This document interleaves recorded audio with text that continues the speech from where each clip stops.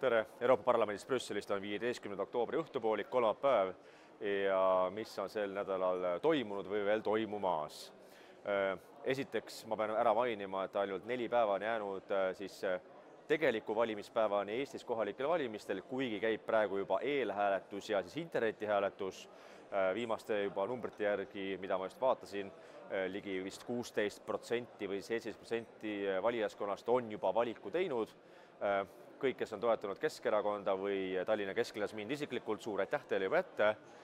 Lisaks meeldetuletus kõigile valijatele, et kui te olete interneti teel hääletanud ja hääletanud näiteks, ma ei tea, mõne reformari või sotsi või Eesti 200 poolt ja saate ikkagi praegu aru, et tegemist oli vale valikuga, sest et see ongi vale valik, kui toetada erakondi, kes on Eesti majanduse tuksi keeranud. Eesti on olnud kõige suurema majanduslangusega riik Euroopas, isegi maailmas. Eesti inflatsioon on konkurentsitult esikohal terves Euroopas. Kõik jutud sellest, et süüdi on sõda Ukrainas, ei päde, sest millegipärast me oleme pikalt ees ka Lätist, Leedust ja Poolast, keda samuti on mõjutanud julgeolekuolukord või sõda Ukrainas. See on olnud selgelt poliitiliste otsuse tulemus, et Eesti inimesed vaesuvad, Eesti inimesed enam ei saa pakkuda lastele neid võimalusi, kas trennide näol või isegi toidu poolest, mida nad peaksid saama pakkuda, ja kõike seda ainult tänu Reformierakonnale, Eesti 200-le ja ka sotsialistidele, kes on olnud tegelikult suurema osa ajast koos Reformierakonnaga valitsuses ja süüdi praeguses olukorras. Nii et kui on inimesi, kes on teinud interneti teel selle valiku ja on teinud väga halva valiku Eesti riigi ja rahva jaoks, siis seda häält saab teoreetiliselt, nii nagu väidetakse, saab muuta ka õigel valimispäeval, pühapäeval 19. oktoobril, minnes valimisjaoskonda ja hääletas paberi peal, ehk interneti teel antud häält saab muuta. Seega iga kodaniku kohustus peaks olema minna valima, sest ka mitte valimine on valik ja see valik annab just nimelt suuremad võimalused kätte nendele poliitikutele, kelle jaoks ei lähe absoluutselt teps mitte korda, kuidas sina oma eluga hakkama saad, kui kõrged on maksud, kui palju maksab toit kaupluses või kui palju maksab bensiiniliiter tanklas. Nii et ka mittevalik on valik, aga väga-väga halb valik. Euroopa Parlamendis siin teisipäeval ehk eile toimus õhtupoolikul üks üritus, mis puudutas Gaza ja Iisraeli olukorda. Hetkel parlamendis on hämmastav vaikus selle üle, kuidas lõppes sõjategevus Iisraeli ja selle Palestiina ehk Gaza sektori territooriumi vahel tänu Donald Trumpi tegevusele, kuna siiamaani ju 2 aastat käis see vasakpoolsete suur agenda heietus ja jauramine, kuidas on vaja 2 riigi lahendust, kuidas ikkagi mingi Palestiina rahvas on süütu ullikene, kellele tehakse liiga, kuigi needsamad araablased, kes elavad selle nii-öelda Palestiina territooriumi peal, on toetanud Hamasi äärmusterrorirühmitust, kes ründas Iisraeli. Needsamad inimesed on toetanud seda radikaalset islami ideoloogiat ja seda lähenemist poliitiliselt, mida Hamas on teostanud, kuid nüüd needsamad vasakpoolsed on ülimalt vait, sest neil pole mitte midagi justkui enam kobiseda.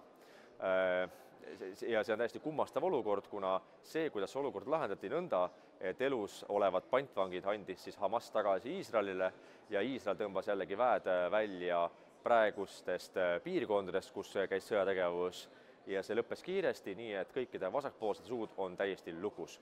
Ja sel teemal toimus ka üritus eile õhtul siin Euroopa Parlamendis, kus räägiti täpsemalt nende pantvangide olukorrast, kes olid araablaste poolt pantvangi võetud Gaza sektoris ja kuidas see vabastamine käis, kuid mida tasub ka kõigil muidugi meeles pidada, et vabastati alles ellu jäänud pantvangid, kelleks oli 20 meest, mitte ühtegi last, mitte ühtegi naist, sest tõenäoliselt, nii nagu me teame, need naised, kes pantvangi võeti, algul vägistati loomade kombel, isegi loomad ei tee niimoodi tegelikult, vabandust, loomade ees, ja siis tapeti. Ja selleks, et need naised ei saaks rääkida, millega tegelevad need äärmusislamistid naiste kallal, siis muidugi selle nimel nad löödi maha lihtsalt. Ja alles ellu jäänud olid ainult meespantvangid, 20 inimest, kes anti tagasi Iisraelile.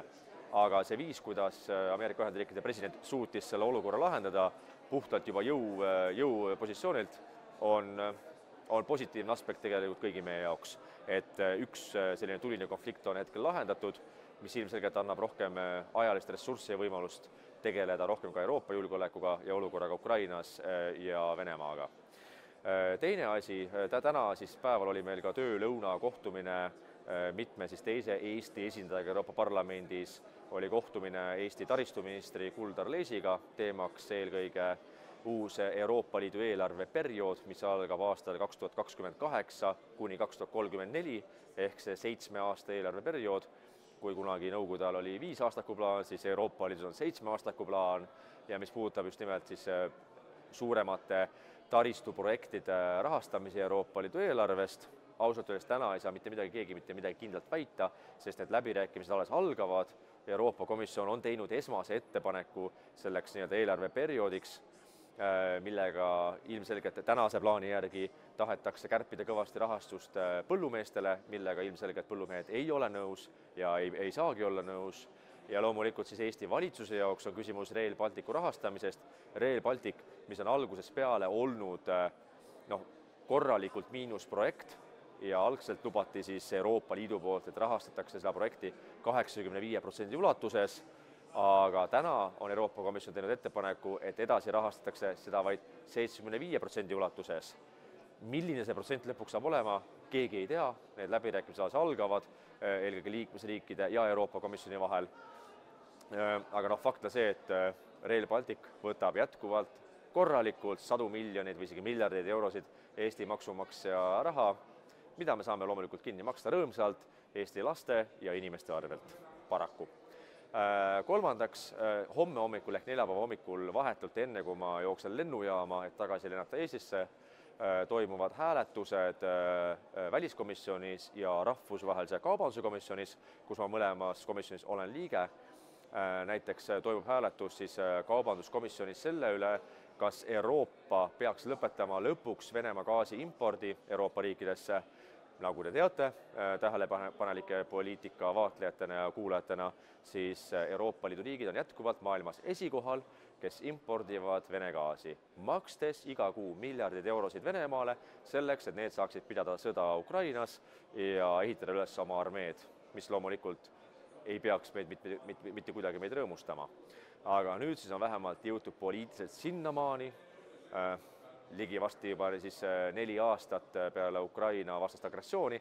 Nüüd on jõutud sinnamaani, kus Euroopa Parlamendis on hääletusel, et peaks lõpetama täielikult Vene gaasi impordi Euroopa riikidesse ja Euroopa peaks uuesti tulema tagasi välja sellest rohepöörde või roheäärmusluse mullist, uuesti ehitama üles tuumaenergiajaamad, uuesti väärindama oma kivisütt. Eesti peaks väärindama oma põlevkivi, oma rahvuslikku ressurssi ja rikkust, mis tagab meile energiasõltumatuse.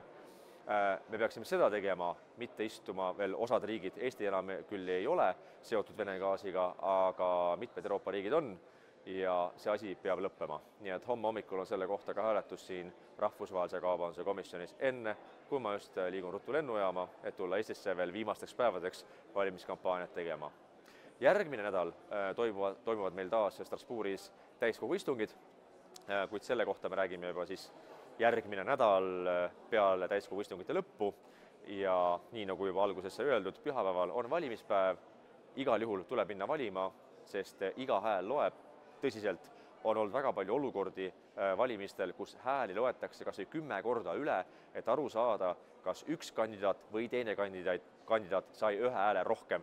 Ja sellest on sõltunud volikogu kohtade arv erakondadel, sellest on sõltunud see, kes pääseb valituks, kes ei pääse valituks.